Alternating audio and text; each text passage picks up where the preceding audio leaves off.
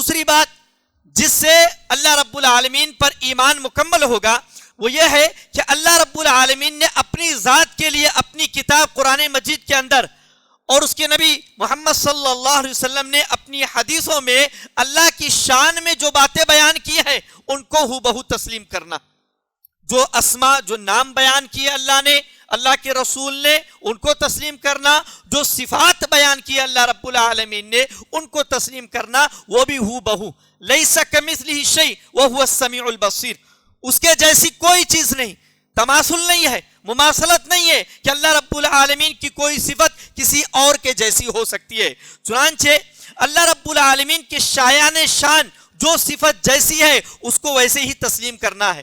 امام مالک رحمۃ اللہ علیہ کہتے ہیں الید معلومہ, ہاتھ ہے اللہ کے, حدیث کے اندر آیا کہ اللہ کے ہاتھ ہیں تو ہاتھ ہمیں معلوم ہے. والایمان بہا واجب, اس پر ایمان لانا واجب ہے کہ اللہ کے ہاتھ ہیں. والکیف مجہول, اس کی کیفیت کیا ہے یہ مجہول ہے, یہ ہمیں علم نہیں ہے کہ ہاتھ کیسا ہے. شریعت نے ہمیں اتنا بتلایا کہ اللہ کے ہاتھ ہیں, ہم تسلیم کرتے ہیں کہ اللہ کے ہاتھ ہیں. کیفیت کے تعلق سے وہ سوال عنہا بدعہ, اس کی کیفیت معلوم کرنا, سوال کرنا یہ بدعت کے دائرے میں آتا ہے. اس لیے جتنا بتلایا گیا شریعت کے اندر بغیر کسی تحریف کے, رد و بدل نہیں کرنا, اس کے اندر ہو بہو تسلیم کرنا ہے. اہل سنت والجماعت کا موقف ہے کہ اللہ رب العالمین کی صفات کے تعلق سے جو آیات اور احادیث آئی ہیں امیر روحا کما جاءت, جیسی آئی ہیں ان کو ویسے ہی گزارا جائے.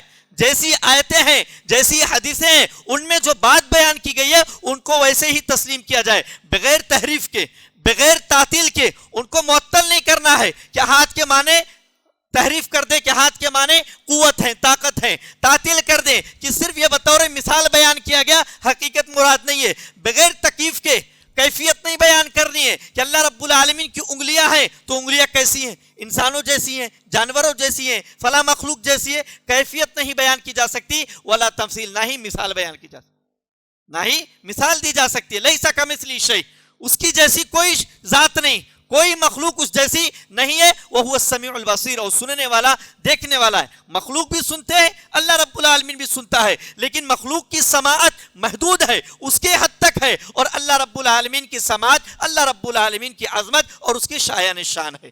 تو اس طور پر اللہ رب العالمین پر ایمان لانے میں یہ بات بھی داخل ہے.